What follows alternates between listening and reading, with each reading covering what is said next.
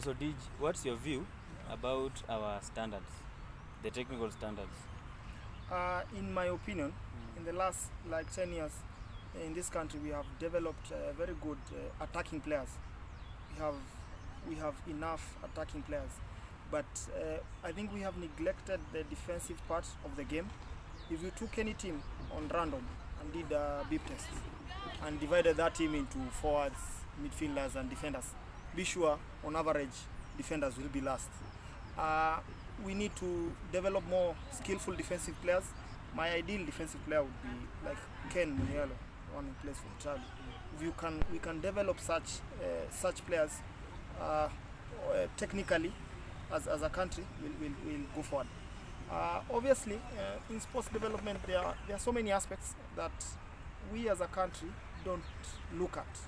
Because if you look at teams like South Africa, they have players who play for a very long time.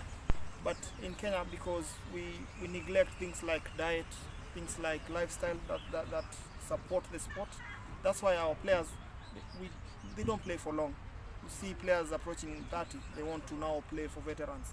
But if you look at like the South African team, you'll find players like Austin Smith played over 100 caps. We have not had players who hit those levels, and it could be because of lifestyles.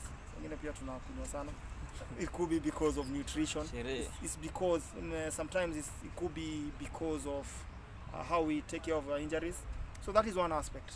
Another aspect which I can say has improved in the last 5 years is investment in hockey knowledge. Having clubs that have good structures, good coaching structures, coaches who go out there and get hockey knowledge, so that we can develop players, holistic players who understand the game, who when you invest in this knowledge, you can build on tactical knowledge, you can build on technical knowledge, so that we build these teams. Because if all clubs invested in such structures, the hockey in the country will be more competitive. And when it is more competitive, obviously our standards they'll go up. Another aspect of our sport, especially because the setup in Kenya is mostly about self-sponsored clubs, is that we have not utilized our digital spaces, like our social media pages, to try and grow awareness and at the same time attract sponsors, or attract resources into the sport. Because as you know, hockey is an expensive sport. To sponsor a club, it takes a lot of resources.